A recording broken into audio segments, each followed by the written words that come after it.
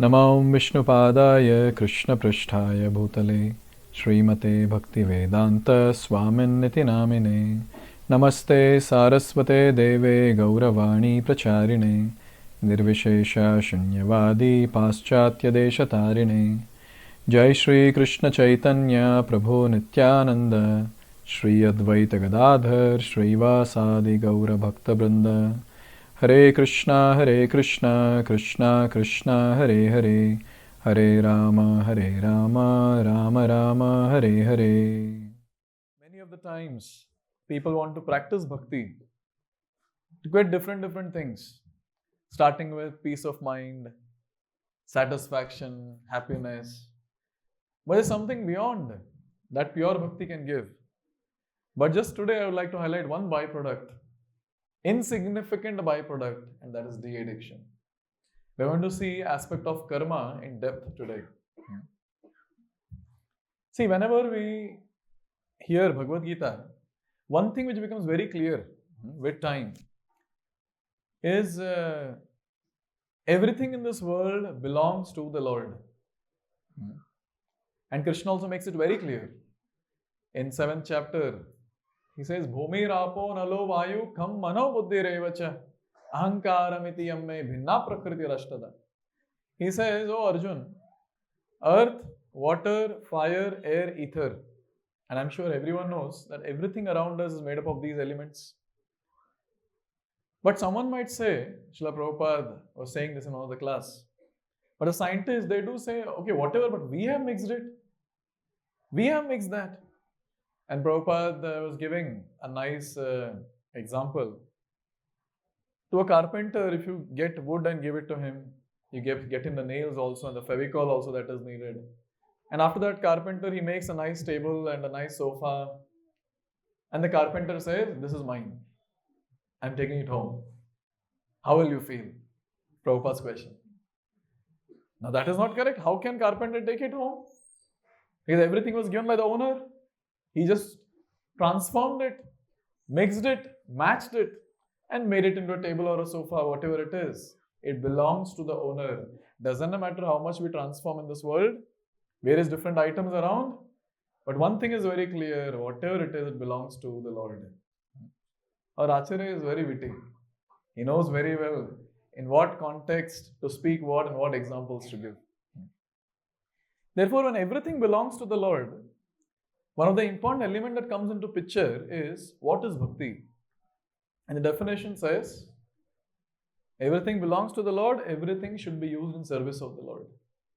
That is bhakti. Now sometimes, we hear people saying, I don't believe in this bhakti, shakti and all this. Come on, it's not optional, it's mandatory. When everything in this world belongs to the Lord and using that in His service is called as bhakti, then it is mandatory. Everyone has to do that. Because everyone has to use things. So that has to be offered to the Lord and then accepted as prasad. I always ask this question. Let me ask it here also. So if something belongs to me, like say this laptop is mine, and after the class you take away this laptop without asking me, chupke se you take it and what you will be called as? Thief. English, Hindi mein? Chor. Now just imagine, same thing happens with us. When we take anything of this world and use it for ourselves, without acknowledging the Lord, we'll be called as? Jor se boliye thoda. Very nice. Therefore, bhakti is not optional, it's mandatory. Keep this concept aside. Now let's get into another concept, then we'll get both of it together. So we have learned, everyone knows the basic law of karma. In India, everyone knows what is karma. You get whatever you have done, you get the same thing in return. There's Newton's third law also. Every action has a equal and opposite reaction. What goes around comes around. All these different terminologies we know. And we also know about the two terms, punya and papa. What's the definition of punya? What is that? Following shastra, okay. Following shastra, doing good work, okay. Accepted, punya. Papa? Against shastra. See, against scriptures is papa. Now let me put that here.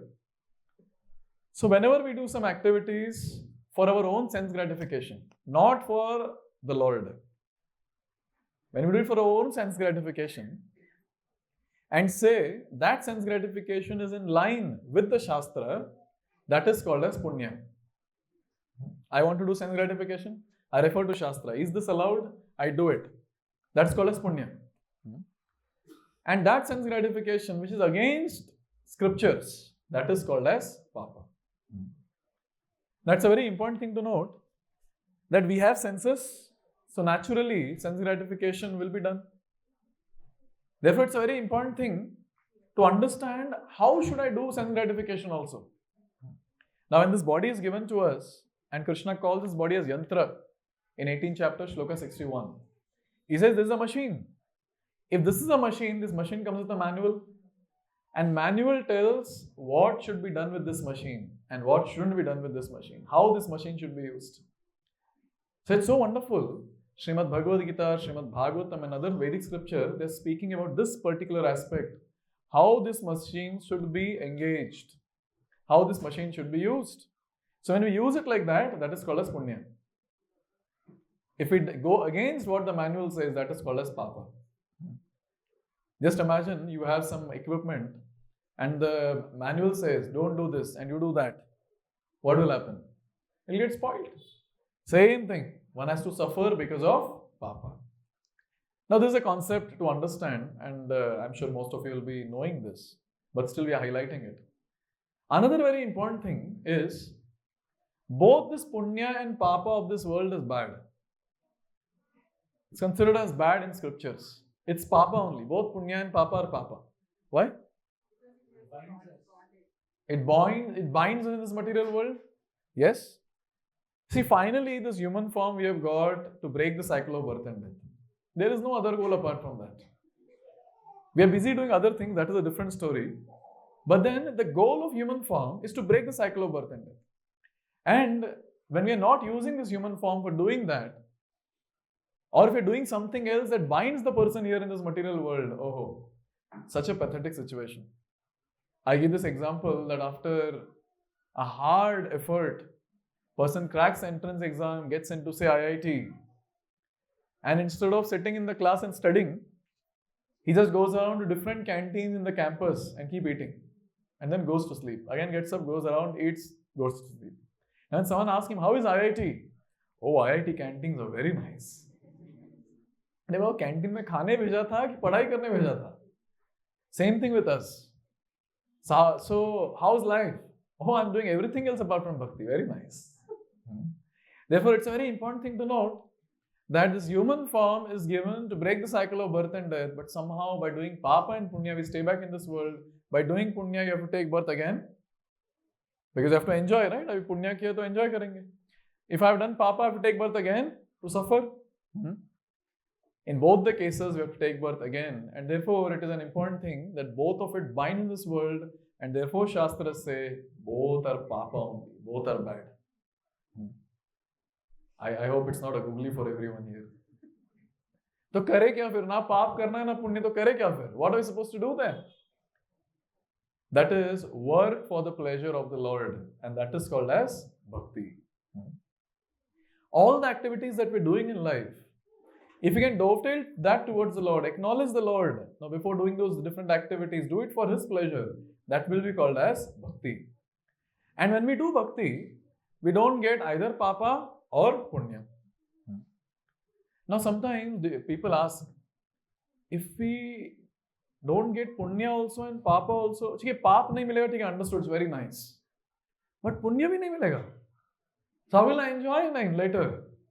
What about my next life? What will happen? See, one thing you have to understand is when someone is serving the Lord, the Lord will take care. What is the tension? Many times we are so busy, when we come to temple, we have a long list. And with that long list, we keep reciting. Instead of chanting prayers and Sanskrit shlokas, long list. I want this, I want this, I want this. Last time you didn't give this, give me this. Since you didn't give this, so I'll also not give this to you. And this is a very pathetic business that human beings do. Therefore, one thing we have to understand very clearly is that when it comes to Lord, our job is to serve Him. And when we don't serve and when we get into some other things, that will not come into the category of bhakti. Therefore, it's a very important thing that we understand when we do devotional service, Lord will give everything, whatever is needed. Whatever is needed, Lord will give. If He feels it is needed. Conditions applied. Very important point to note that all those devotees who rendered pure devotional service to the Lord, they didn't ask anything. They just wanted to serve the Lord. They were always taken care. Another very important point which I would like to make here is when we have different needs and we are asking to the Lord, that is okay, understood, that's very nice, at least we are going to the Lord and asking. On the other side, when instead of asking, when we express gratitude to the Lord and say, thank you, you gave me this, thank you for this, thank you for this, I am so blessed, you're very merciful unto me, by your blessings I am able to do this. That shows the person is advancing towards pure devotional service, his consciousness level is advancing. And I'm sure, in fact, many of the times I've heard this, after attending Gita course, people do say that now instead of going and asking that I want this, now there's a change in my consciousness where I thank the Lord most of the time. Sometimes I do ask, but most of the time now I'm thanking the Lord for whatever currently has given me. This is called as change of consciousness, advancement in one's own consciousness. This is called as moving towards pure devotional service. Not having any other desire. One desire, I want to serve the Lord, and Lord takes care. What is praman that Lord takes care? If I don't ask anything, how will Lord take care? Will I be satisfied? Dhruv Maharaj had this entire thing where he wanted to meet the Lord. He wanted to have a meeting with the Lord just for one thing. He wanted a kingdom greater than Brahma also. See, if you want to desire and ask something, ask like this. Bigger than the universe. He wanted something bigger than the universe. And a lot of things happened where he did tapasya and then he got sakshat darshan of the Lord. And Lord is asking, batao kya chahiye? And at that time, Dhruv Maharaj is saying, Sthana vilashi tapasi stitoham. I understand that for sthana, for the place, for the land, bigger than my great-grandfather Brahma, I was doing tapasya.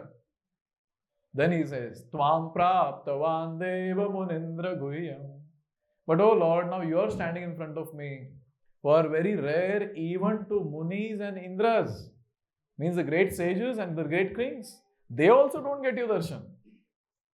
Kachan vichinvan api divya ratnam. Oh Lord, I was searching for broken pieces of glass. He's comparing his desire of getting land greater than his great-grandfather as broken pieces of glass. And then he says, but now I found you, api divya ratnam.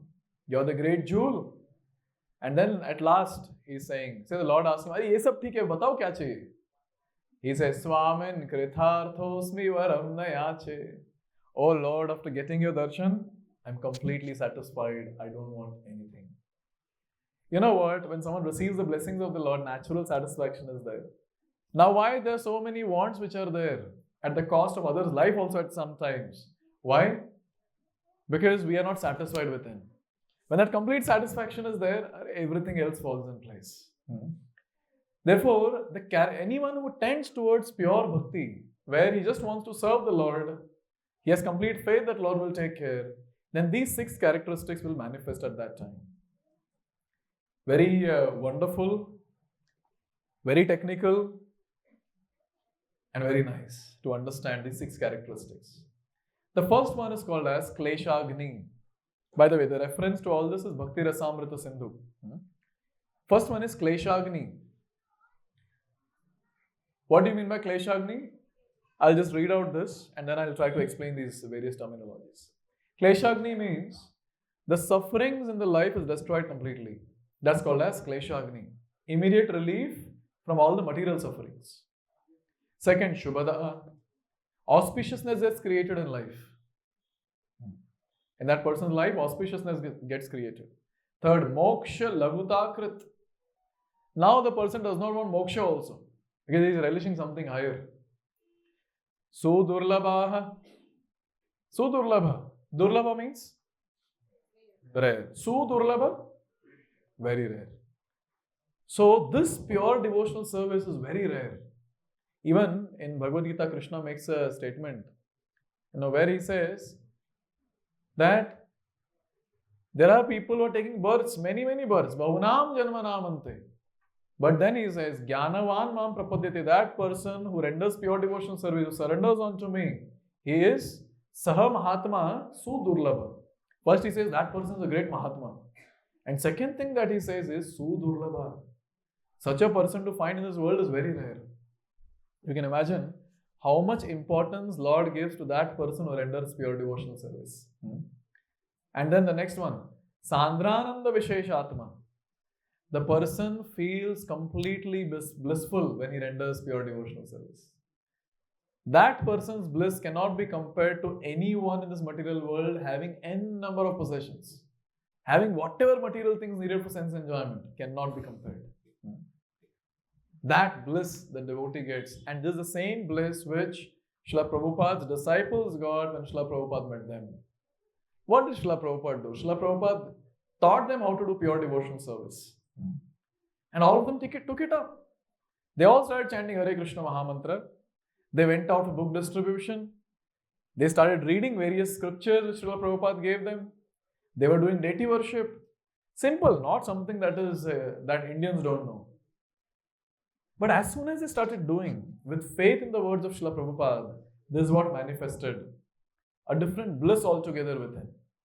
And they were so satisfied, so very satisfied, that there's so many drug addicts. In one day they gave up drugs. Do you understand what does that mean? There are people who struggle after going to rehabilitation center 6 months to 1 year. Sometimes years together they're not able to give up drugs, even after going to rehabilitation center. And here they came in touch with Srila Prabhupada. They followed the process. They're feeling such a higher bliss that they gave it up. Sandrananda Visheshatma. And the last one, Shri Krishna Akarshani. When someone does pure devotional service, Krishna is called as all attractive. The word Krishna itself comes from the word Akarshan, all attractive. He attracts everyone. Everyone.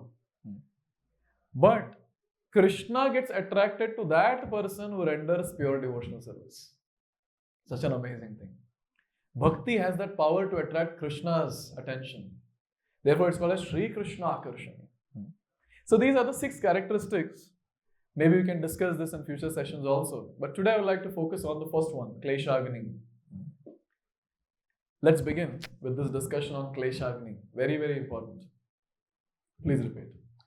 Aprarabdha phalam papam kootam bhijam phalonmukham kramainaiva praliyate Vishnu bhakti ratatmanam. See, before we get into the shloka, let me revise a concept.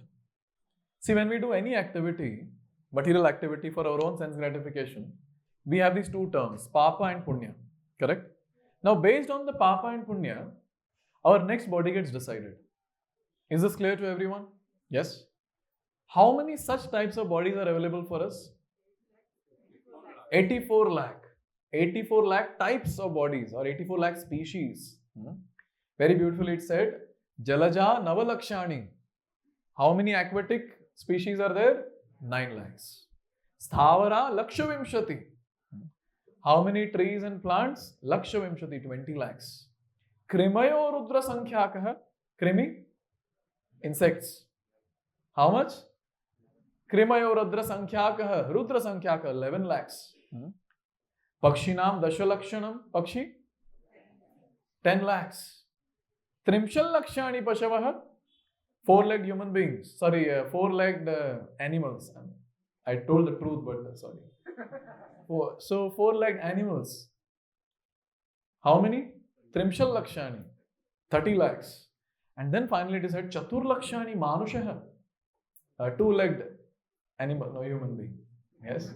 So human being, how many? 4 lakh different types. So like that, you put everything together, 84 lakh species.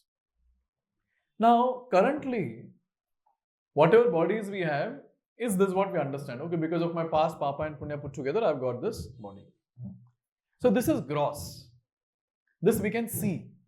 I've got this sort of body, I've got this sort of parents, I've got whatever facilities around. I can see, I can make out. That's gross.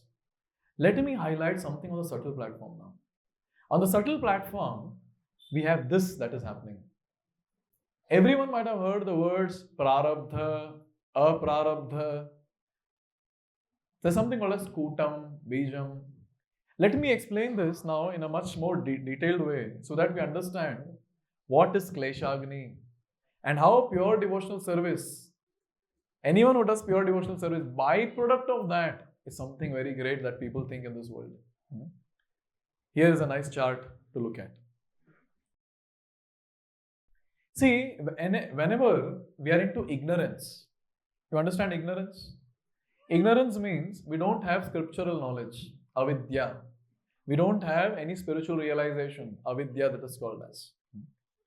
Recently, I was in a session where I was highlighting this point, that whatever we learn in this world, whatever education we have, in shastra, it is called as avidya.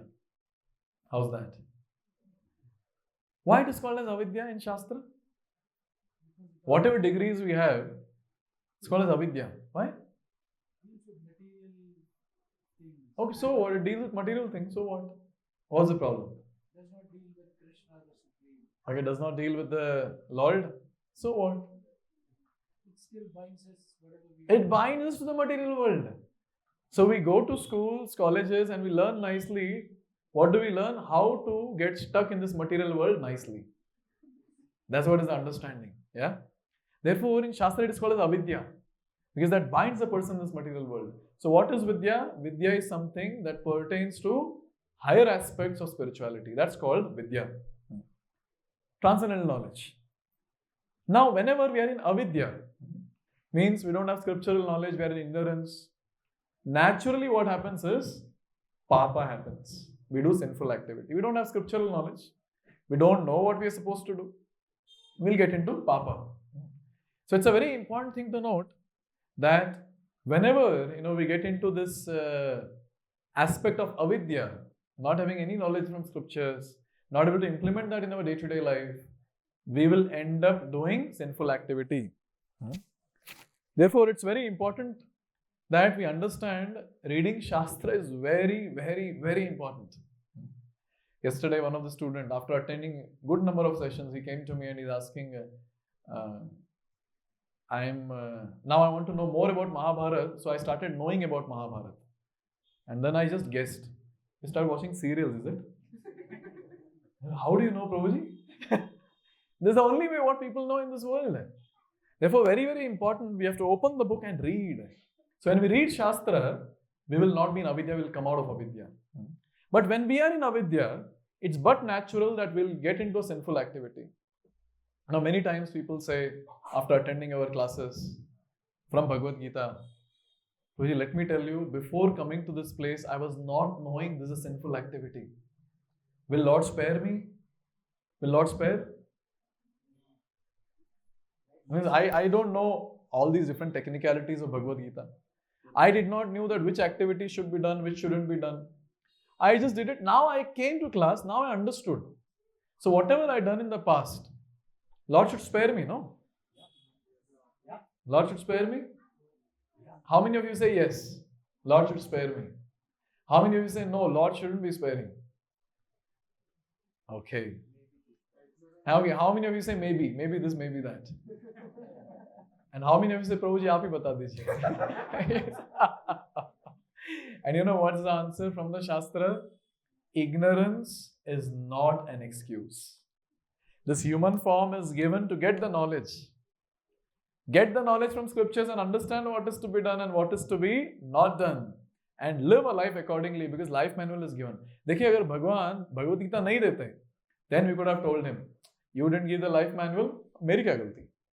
But now, he has given the life manual, and as human beings, we are expected to understand through the life manual how are we supposed to live our life.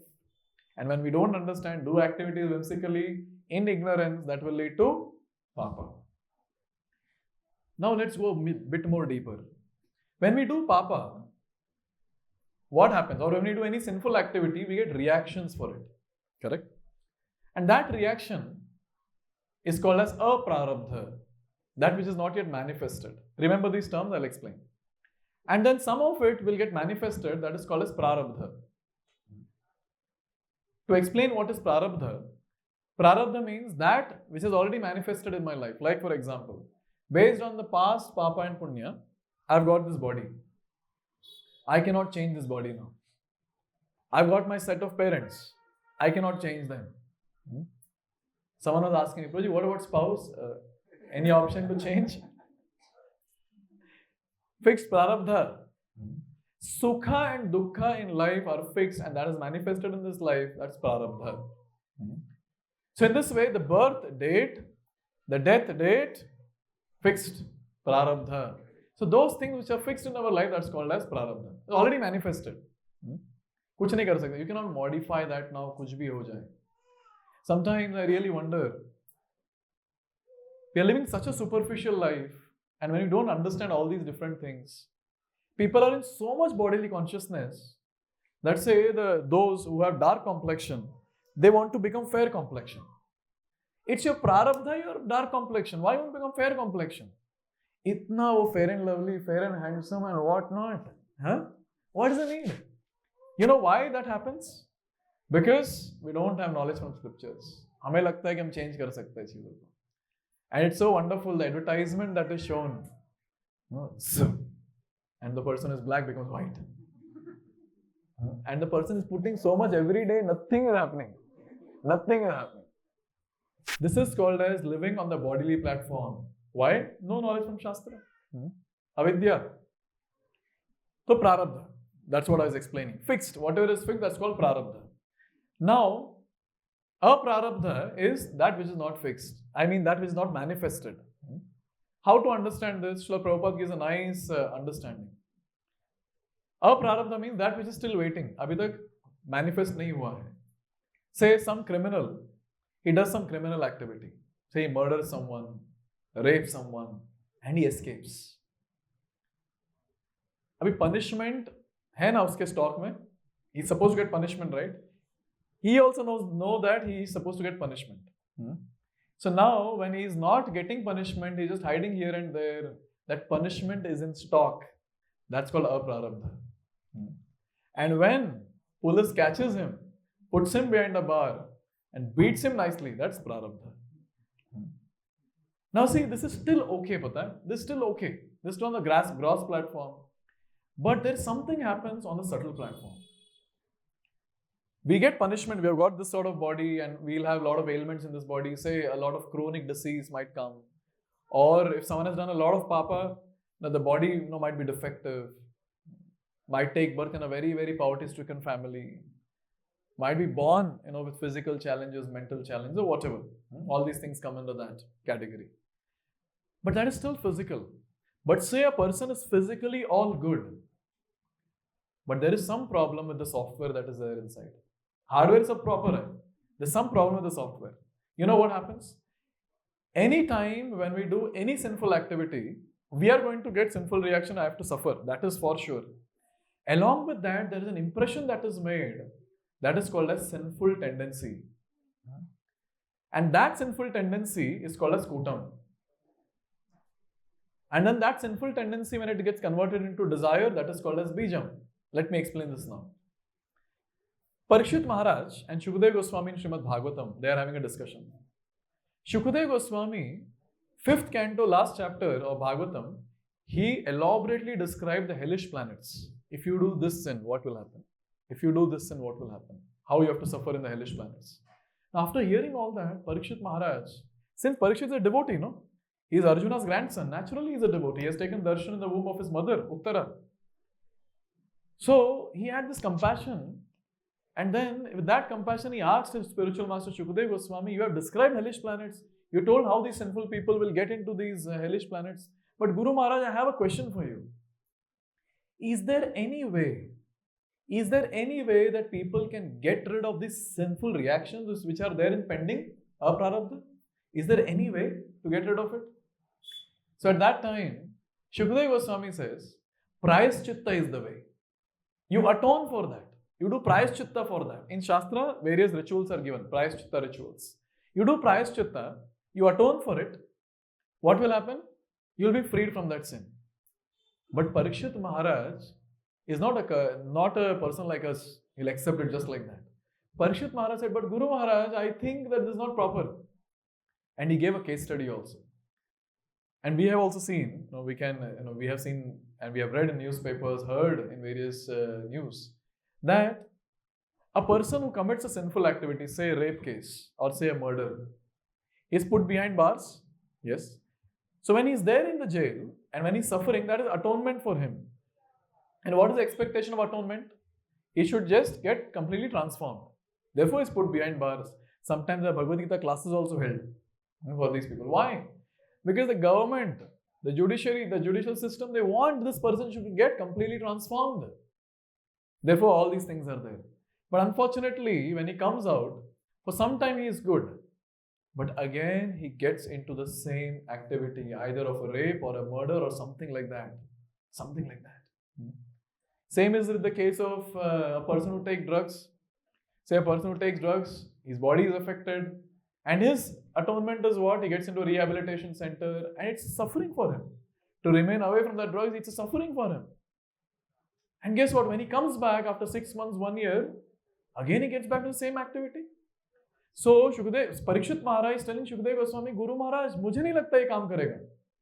Because when the person is doing sinful activity, he atones for it, again he is doing sinful activity.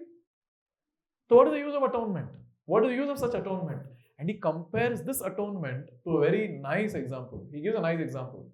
He says, such type of atonement is like elephant taking bath. Have you seen elephants taking bath? They take the water in the trunk and they shower themselves.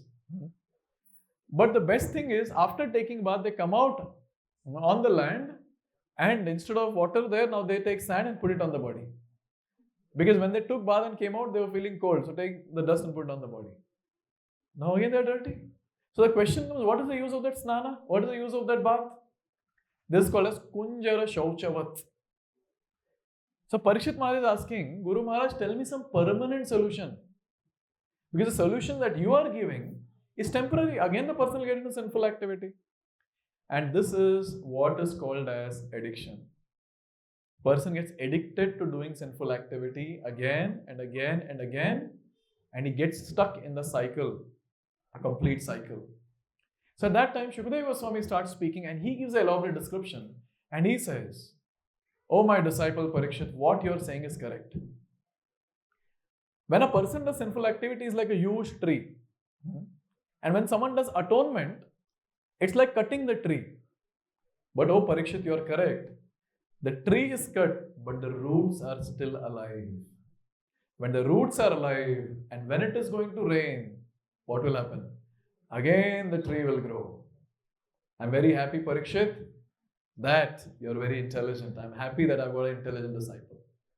Now for your information, that root or that tendency to sin is called as kootam. Understood everyone? Yes? Clear? Now, what is bhijam? So bhijam is, now say I've got sinful tendency. Say, take example of, I always give this example of alcohol. You will always see in any class in the school, say 5th standard and above, there will be always some kids who will get into drinking alcohol in such a young age. Have you all noticed that? Is everyone?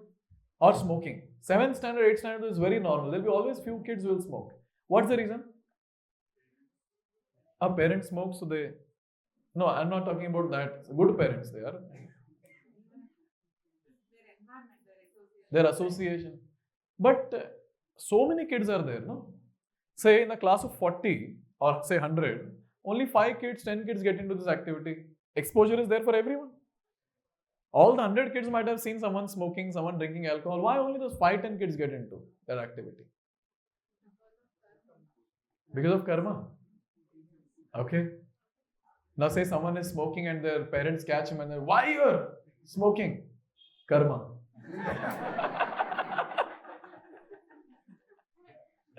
Okay. Prarabdha.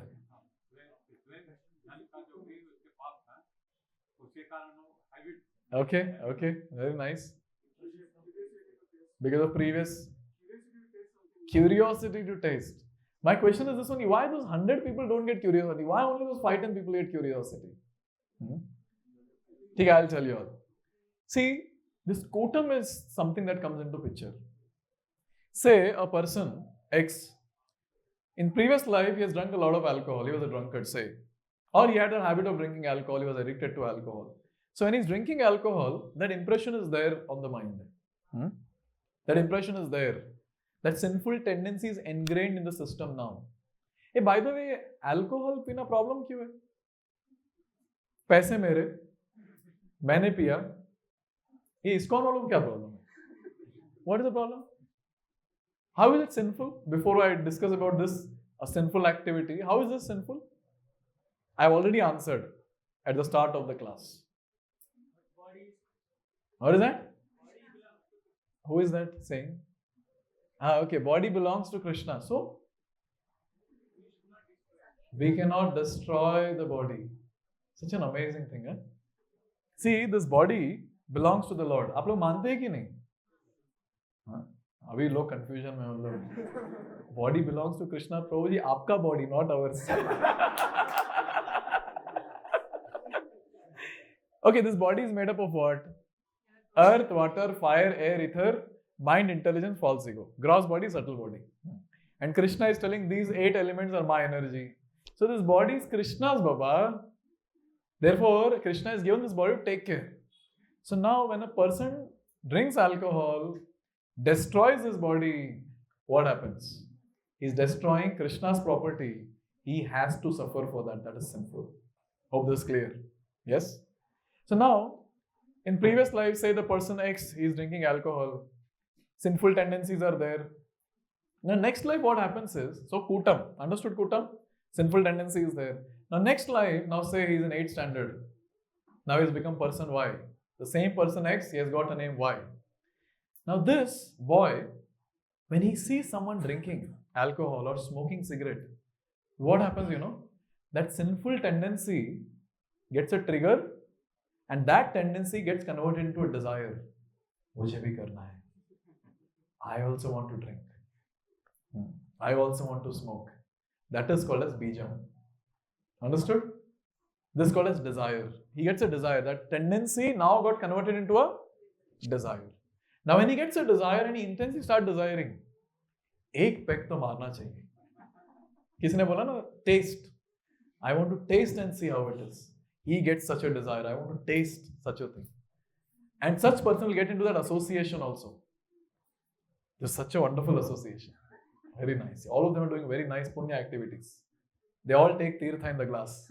Yes. So I'll also get into that association. And when he gets into the association, he gets that desire. He starts drinking. And again, back to the cycle of, look at the screen now, papa. And when he does papa, aprarabdha. Aprarabdha is there, and some of it you will see it as kootam, sinful tendency. Sinful tendency, when there is a trigger, gets converted into desire. And that desire, when it manifests into action, it becomes congratulations. अरे कोई ताली भी बजा रहा है.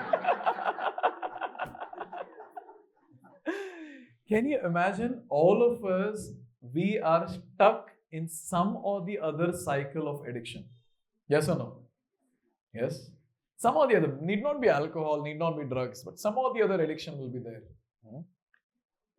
One more example let's take about drugs so that it becomes more clear. Now a person who is taking drugs, he's put into rehabilitation center. अभी उसके gross body के साथ खेलने का प्रयास चल रहा है, medicine खिलाया जाता है उसको. Yes, he's kept in a place isolated. But the subtle tendencies who will remove? It is there. And as soon as he comes back, and as soon as he sees his gang, just by looking at them, there's a different trigger that comes in. And that tendency gets converted into desire. And that is called as bhijam. And that bhijam, that desire manifests and he gets into drugs again. Sinful tendency, papa, and it goes on and on and on and on. Many of the times people ask this question that I know many people in my relative circle only who are addicted like this. How to help them? They have tried everything possible, but how to help them? You all want to know? But before that, we'll discuss one more aspect. Now, whenever someone does sin, no, say ourselves only, we have a lot of excuses also for that. We have excuses like, नहीं मैंने तो नहीं किया, उसने किया, मैं तो बस साथ में था. See, I didn't do anything. I was just there with him. So I'm actually not involved. See, in India, everyone knows meat eating is a sin. Everyone knows. There are pious people, who will say that we don't take meat on Tuesday, Saturday, Sunday we don't come to temple because chutti. That is the only day when we take meat. We don't do papa. See, what does that mean? Why? Tell me, in which festival meat is made? Deepavali? Sankranti? Ugadi? Pongal? You see, you have Pongal and then you get some meat also from that. Is it? See, it's a known fact. But then I hear many times. Before I used to argue a lot, debate a lot. Then I understood no use. Because everyone knows, and if you try to hide it, what can be done? Another logic I would like to give. You will always see that, say the shopkeeper says that I'll not give you cover, polythene. You will see that ladies, they'll carry palak in the hand like this. Correct? Have you all seen that? Mataji, you have experience? आजकल प्रभु जी को ज़्यादा experience होता रहेगा.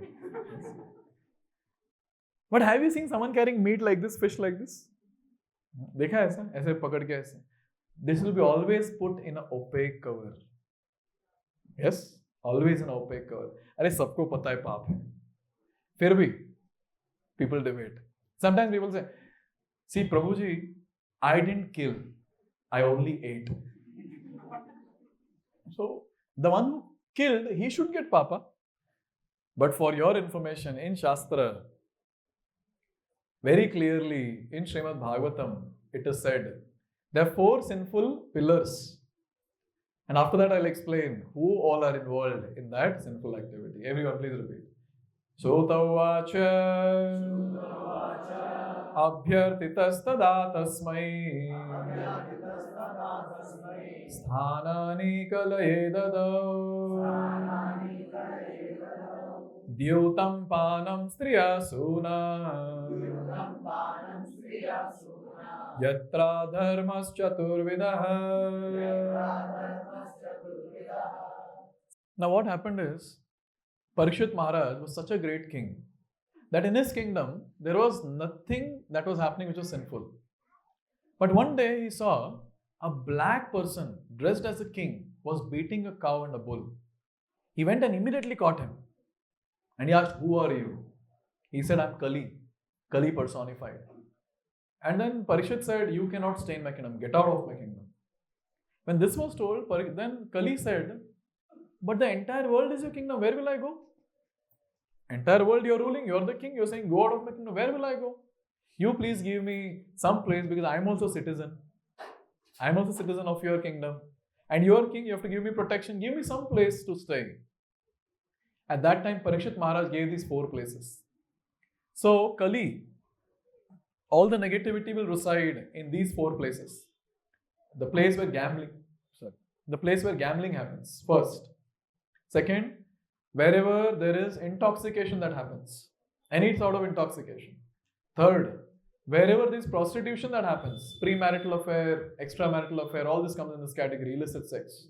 Fourth, wherever there is animal slaughter, wherever there is meat eating, there all these negativity will reside. So in this way, these are the 4 pillars of sin, which is given in Shastra. And all the other sins that you find in this world, you can just put it under these 4 categories. You'll be able to put, surely. Now, those people who say that, no, I was not directly involved. So will I be punished for that? We'll just take the example of meat eating. Look at this. There are 6 people who happily share the sin together. And every person will get 1/6 of it. First one, person who gives permission for killing. Second, person who kills. Third, person who helps in killing. Fourth, the person who purchases meat in that opaque cover. Fifth, the person who cooks the flesh. And sixth, person who eats it. All the 6 people get equal division of sin, 1/6, 1/6, 1/6, 1/6. And all of them have a nice opportunity to party together. But in which loka? That only those people will know. Therefore, here it's a very important thing that whenever we are practicing devotional service, we will see that whenever we get into some sinful activity, we'll get stuck in that cycle. One of my friend, he's so eager to give up, this meat, but somehow he's stuck in that cycle. He'll give up for some time, there'll be a trigger again, get into that same cycle, and again, and again, and again. Be it alcohol also for that matter, again, and again, and again.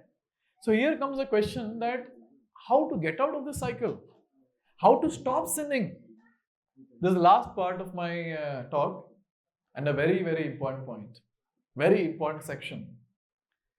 See, materially we cannot do anything because this entire cycle is on the material platform. You know what everyone in this world, all the so-called intelligent people are trying to do? Problems are on the material platform. They're trying to give solutions on the material platform. How will it work? If problems are on the material platform, solution should be given a bit higher, that is on the spiritual platform. So spiritual things can affect material things. Matter can never affect spirit, but spirit has the power to affect matter. Therefore, it's very important to note that materially, whatever problems are there, it can be solved on the spiritual platform.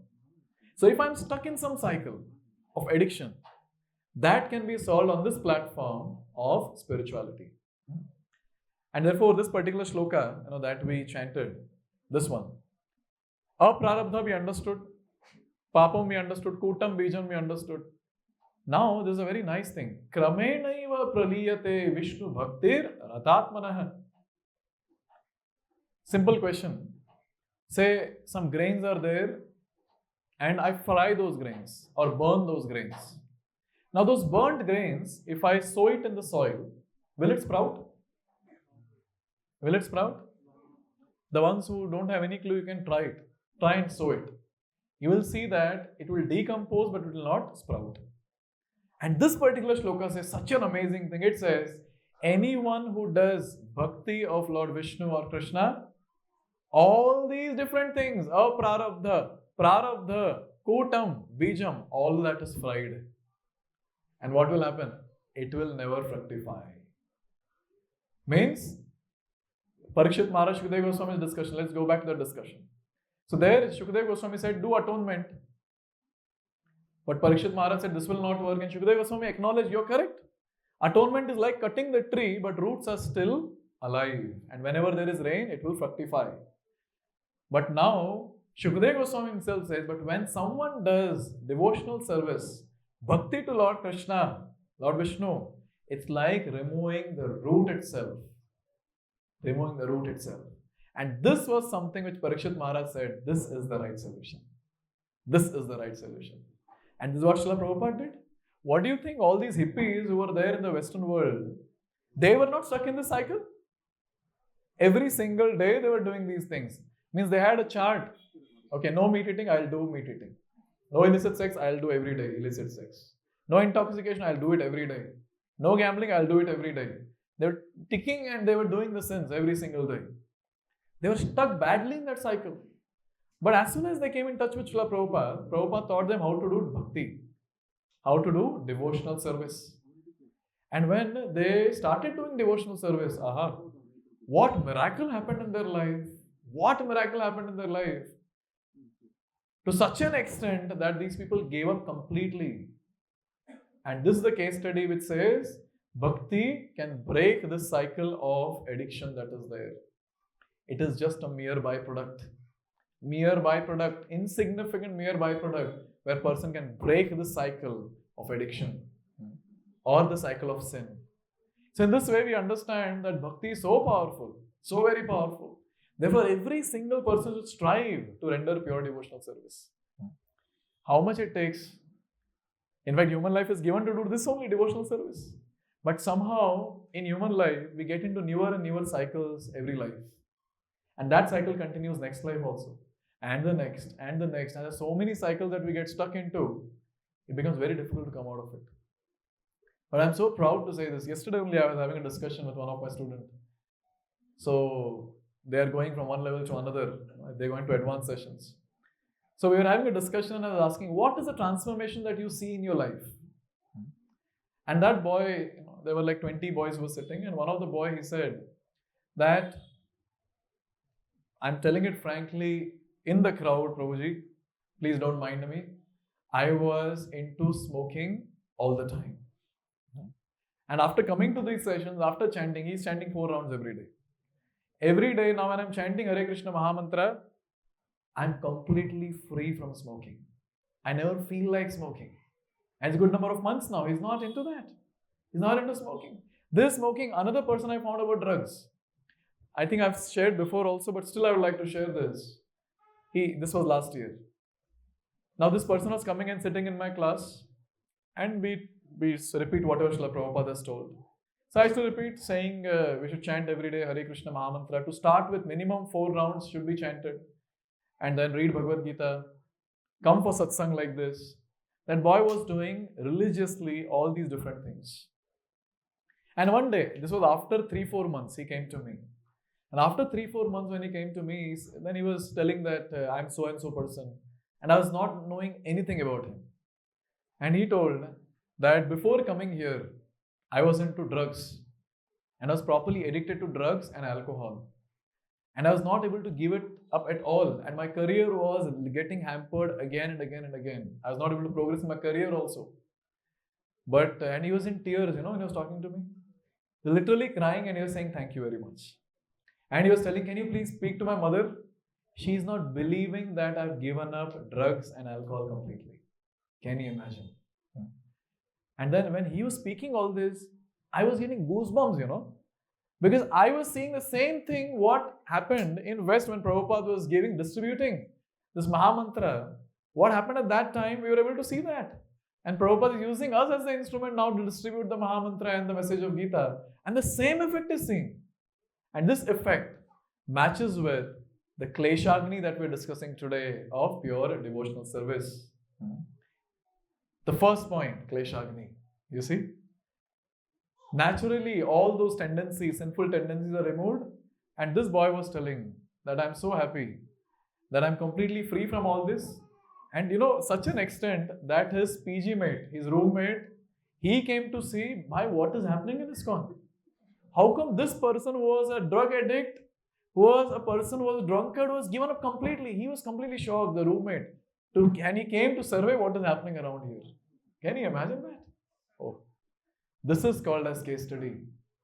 This proves that how the philosophy given in the shastra gets translated literally in day-to-day life. There's nothing like this is abstract and now something practical has to be done. No, this is practical. This works in day-to-day life. In this way, we see that how just by doing pure devotional service as given by Srila Prabhupada, one can get rid of the sinful tendencies completely. In terms of Parikshit Maharaj language, uprooting the sins completely from its root, not leaving any trace of sinful tendency. So in this way, we are so fortunate, all of us. At least I feel myself to be very, very fortunate. Somehow we are bumped into association of devotees. It's not like we're searching for Krishna. You all were roaming around in Panatur. Where is Krishna? Where is Krishna? Is anyone like that? You just came to some Janmashtami and then someone caught you, convinced you, register for Gita course. Or after the Gita course started, some people just came. We heard free prasad is given. And they came during prasadam. Some volunteer caught you, come for class also. And then we started chanting. And trust me, every single person who comes to devotional service and starts sincerely practicing bhakti, they will be able to see the transformation for sure, because it has to work. Vishnu Bhakti Ratatmanaha Kramaina eva praliyate Vishnu Bhakti Ratatmanaha. This has to work. All the seeds have to be burnt, and this works. I would like to ask a question to all of you here. How many of you have been coming here from last a good number of months? How many of you have seen a significant transformation in your own lives? Please raise your hands. Hari bol, that's amazing. That's amazing. और बाकी लोग जो हाथ नीचे रखे थे वो प्रभु जी, come on, I'm not in any cycle. See? So many people, we can see that. And how many rounds people are doing? I heard some 1 round, some people are chanting 4 rounds, some people are chanting 8 rounds. And the old students are already chanting 16 plus rounds. Just by chanting 1 round, 4 rounds, 16 rounds, we're seeing these changes. Just imagine if with quality, if you're able to do every day, the benefits are going to be tremendous. And I started the session saying this is an insignificant byproduct of pure devotional service. This is not main product. What is the main product? Krishna. Attaining Krishna. Attaining Krishna Prem is the main product. As of now, our situation is so pathetic. We are detached from the Lord. Lord is there, here, and we are turning our face like this. This situation is called as Bahirmukh. Bhakti turns our face towards the Lord. That is called as Samukh. Our pathetic situation is we are Bahirmukh as of now. When we are Bahirmukh, all the problems come, all the sufferings come. Because we are like sons of billionaire father, and we are on the street begging for 1 meal. Just imagine if that son goes back to the father, don't you think he'll be happy? Yes? This is what is pure devotional service. When we start rendering pure devotional service, at that time, we turn the face towards the Lord. So every time when you're chanting Hare Krishna Mahamantra, every time you're coming for the sessions, every time when you're reading Bhagavad Gita, you know what is happening? Slowly turn. Just stepper motor lagaya aisa lagega. Yes, slowly. Step by step. You're turning towards the Lord, and when we completely turn towards the Lord, that is called as reviving our eternal relationship with the Lord. Like an arrogant child, we have broken the relationship and we have come. Hamare side se break kiya humne. But when we start doing bhakti, we again build that relationship with the Lord. And when that relationship is built, at that time, the devotee renders pure devotional service with love and devotion.